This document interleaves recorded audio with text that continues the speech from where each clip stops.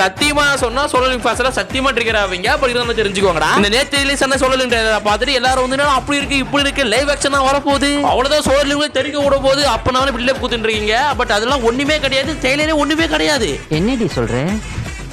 நீ என்ன சொல்ற?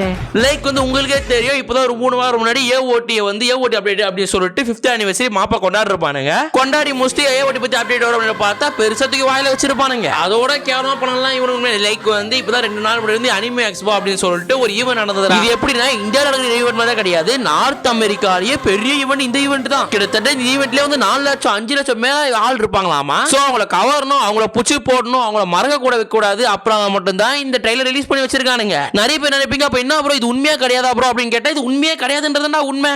அடங்கம்மால ஏன்னா அது பீச்சையும் வானத்தையும் பார்த்துட்டு எப்படா நம்புறீங்க?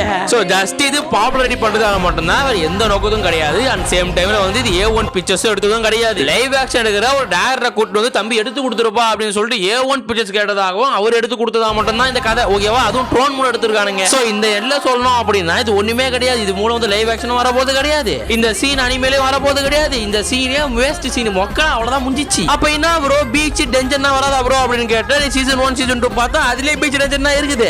சோ இந்த எண்ட்ல இது ஒண்ணுமே கிடையாது, நம்மள ஏமாத்துறதுக்கான ஒரு விஷயம் மட்டும் தான். சோ இந்த எண்ட்ல குமார் அது அவ்வளவுதான் டைம் முடிஞ்சது. வா.